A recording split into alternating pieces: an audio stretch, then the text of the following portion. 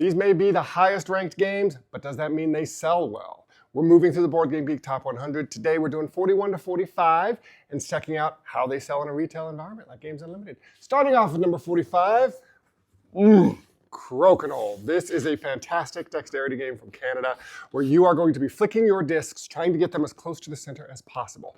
It plays a bit like shuffleboard in that whoever has more points that round subtracts however many points their opponent got, and that's the net sum for the round. It's fantastic. It can be played in teams. I love it. We have been able to sell Kocol boards here and there over the years. These are generally bespoke items. These are handmade. Mayday, in fact, this is a Mayday board. They did make a mass-produced version of it, but wholesale costs on it are just a little too high. It's a hard thing to carry in a store, as much as we'd love to sell Kocol boards. Most customers are best getting one directly from someone who makes them. But great game, love Kocol, wish we could sell it. Number 44, a slightly interesting game, Puerto Rico. I say interesting because when I got into the hobby 15 years ago, this was the #1 ranked game on Board Game Geek. People loved Puerto Rico.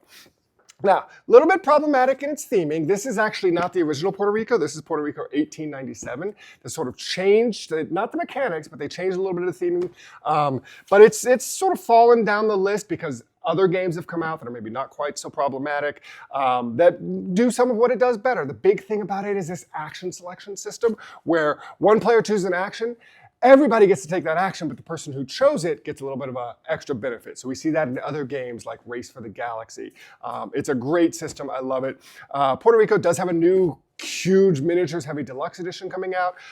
The original game, I don't believe is in print, but this 1867 version we got in, doesn't do super well. We've moved a couple of units. Like I said, it's got a great history. It's a great mechanic, but it's not a game that people come in and ask for that we show off too much anymore.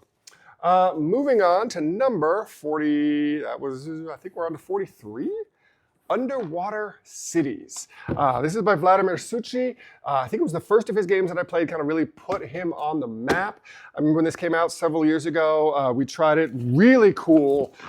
Just set up, the theming is you are creating these like domes underneath the water. It's a Euro game, it's big, it's heavy. Like a lot of games of that type. We keep it on the shelves, although at our last look, we only moved 1 or 2 units last year, so this might be one that gets the boot pretty soon. But great game. I can totally see why the people who rank games on Board Game Geek love it, but not a big seller in retail. Now, speaking of things that you wouldn't think would be big sellers in retail, number 42, Pax Premier. This is a Cole Wehrle game.